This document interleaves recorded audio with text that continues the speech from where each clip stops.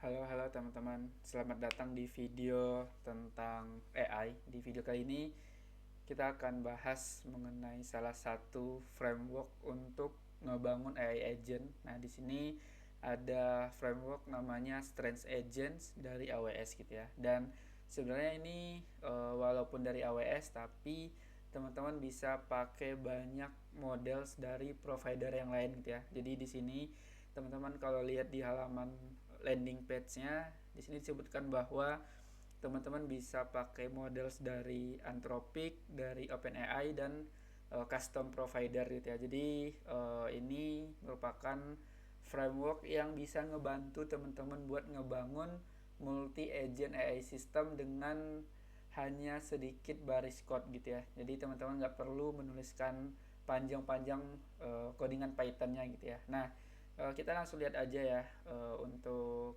Strange Agent ini. Kalau kita lihat di sini ada beberapa kelebihannya gitu ya atau fitur-fiturnya gitu. Yang pertama tentunya dia production ready. Jadi teman-teman bisa menggunakan Strange Agent ini untuk level production, ada tracingnya, ada observability-nya, dan kalau teman-teman ngedeploy di AWS itu bisa juga gitu ya. Nah, selain itu paling bagusnya adalah di Strange Agents ini teman-teman gak perlu menulis banyak baris code Python gitu ya. Jadi di sini kita pakai Python, teman-teman kalau pengen bikin AI agent cukup 3 baris aja gitu ya. Nah, di sini teman-teman yang pertama tentunya install dulu pakai pip, kemudian di sini diimport, dan di sini teman-teman bikin initiate dari agentnya gitu ya. Terus di sini ada promnya gitu. Terus ketika kita running bakal tampil hasilnya seperti ini gitu ya. Nah, by default kalau teman-teman belum nge-config modelnya, di sini nanti bakal menggunakan models dari Anthropic yaitu Claude 4 dan untuk regionnya ada US Oregon gitu ya.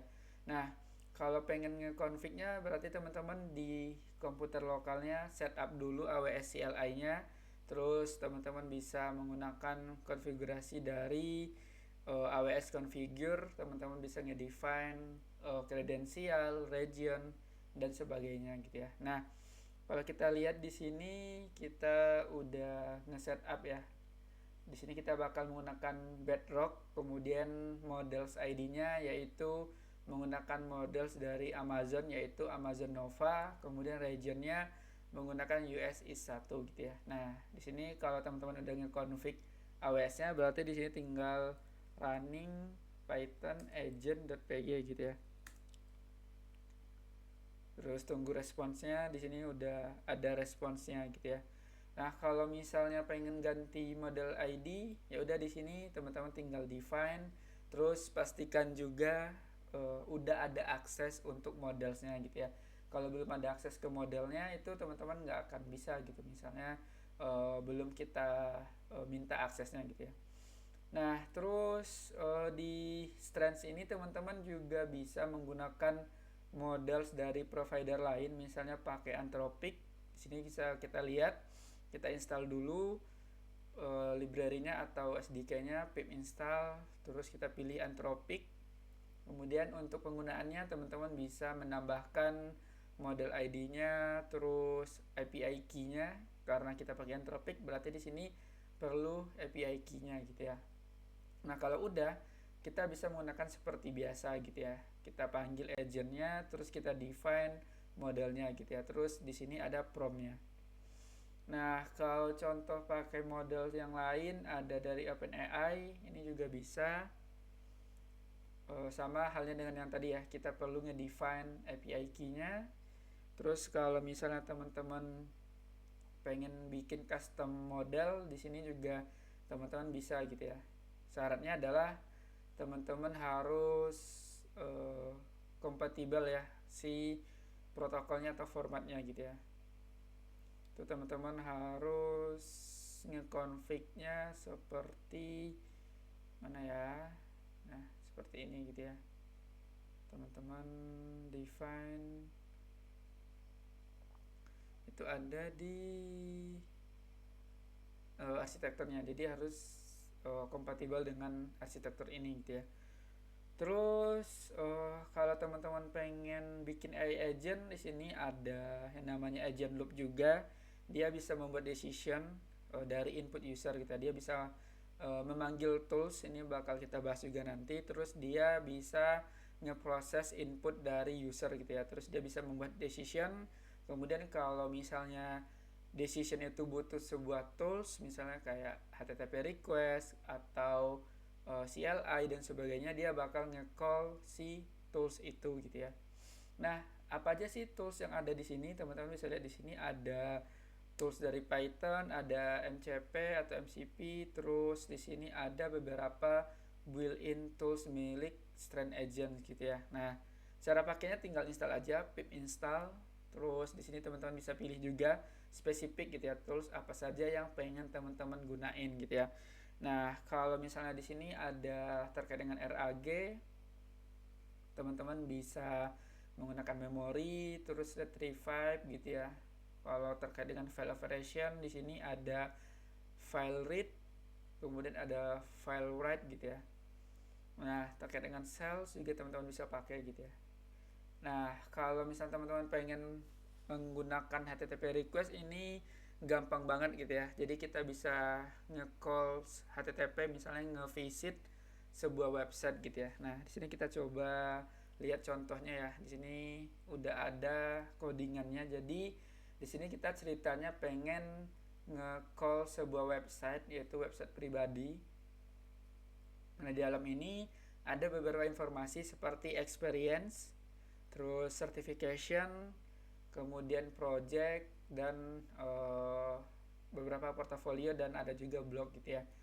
Nah, ceritanya kita pengen tanya ke AI-nya gitu ya. Tell me about RC experience gitu ya. Nah, kalau kita nggak pakai tools, berarti si AI-nya nggak akan tahu gitu ya. Dia nggak tahu siapa itu RC gitu.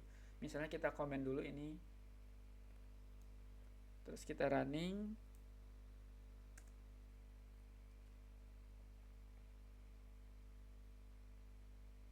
Oh, ternyata dia tahu juga ya, walaupun udah kita komen gitu. Kayaknya ini dia nge-catch. Nah, kalau misalnya ini kita pakai, dia bisa tahu gitu ya. Misalnya kita ganti deh, tell me about RC project gitu. Nah, kita running.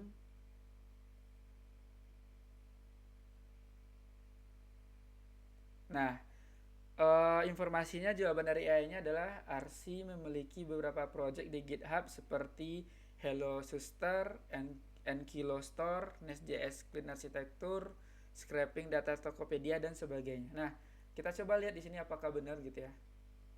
Nah, di sini projectnya tadi katanya ada Hello Suster, benar. Ada Nkilo Store, ada Nest.js, dan juga Scraping Data. Nah, artinya ini AI-nya udah bisa ngevisit sebuah website gitu ya. Nah, ini menggunakan tools yang bernama HTTP request. Kalau misalnya teman-teman pengen pakai tools yang lain, teman-teman bisa lihat di GitHub ini, ada dokumentasinya, ada cara pasang dan cara makinnya gitu ya. Contohnya kita kalau pengen pakai browser gitu ya, kita pengen semacam kayak Playwright gitu ya, atau Selenium gitu, kita pengen ngetesting, ngeakses sebuah website gitu. Nah, di sini kita bisa pakai tools browser. Nah, dia bisa menggunakan Chromium browser, dia bisa melakukan navigasi gitu. Misalnya kita pengen tolong navigasi ke website https example.com. Terus di sini kita inisialisasi si sessionnya gitu ya. Ini ada banyak tools built-in dari Strands-nya.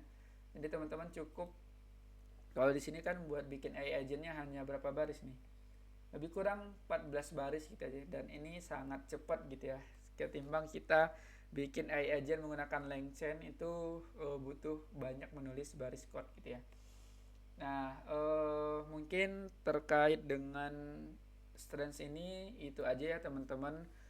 Selain terkait dengan tools, di sini juga ada fitur multi agent kalau teman-teman pengen berkomunikasi antar agent gitu. Nah, sini teman-teman bisa menggunakan tools ini, kita tinggal install, terus nanti di sini kita bikin koneksinya gitu ya. Terus dia bisa berkomunikasi dengan si agent yang lain. Syaratnya adalah kita ngedefine hostnya, port, version, dan sebagainya. Nah, ini ada contohnya juga ya.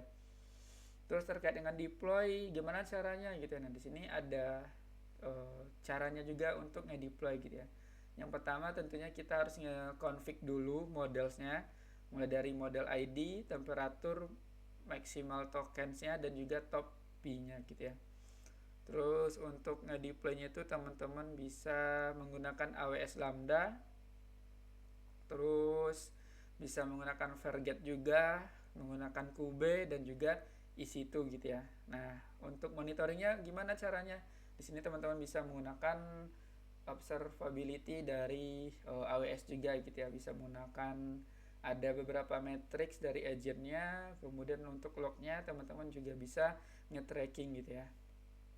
Terus kalau kita lihat di sini untuk loggingnya ini bisa langsung kita set di strengths-nya gitu ya. Nah, di sini bisa kita nambahin si si loggingnya gitu ya. Terus kita bisa lihat configuration-nya di sini ada custom gitu ya. Misalnya kita logging untuk debug, untuk warning, dan info gitu ya.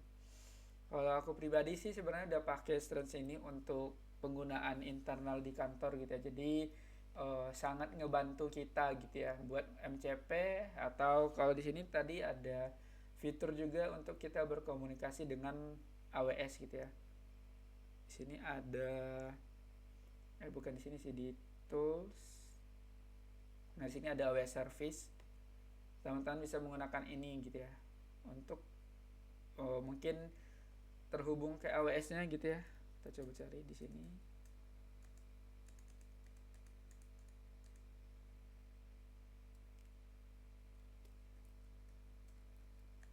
Nah, ini teman-teman bisa terhubung ke beberapa service dari AWS, mulai dari S3, terus untuk service-service lainnya gitu ya. Kalau di contoh ini nggak ada sih.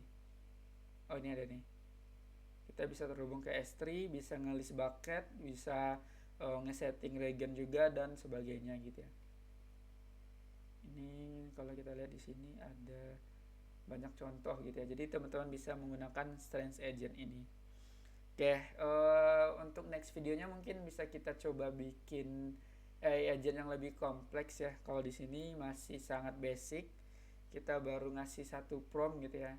Terus di sini juga kita baru pakai satu tools gitu ya. Kalau misalnya pengen lebih kompleks, nanti teman-teman bisa ngehandle si statnya juga, ngatur tools-tools yang ada di dalam ini gitu ya. Kalau di sini kan kita baru pakai satu tools. Kalau misalnya pengen nambahin, di sini tinggal define aja toolsnya apa gitu ya.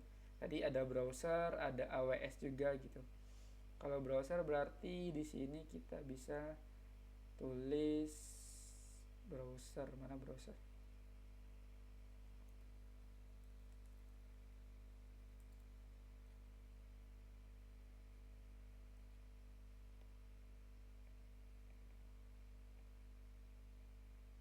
Nah, use browser. Syaratnya ya teman-teman install dulu. Terus kalau pengen pakai AWS tinggal tambahin ini gitu ya. Nah, ini dia udah bisa tahu gitu ya tools apa saja yang disupport sama codingan ini kita tahu di project ini.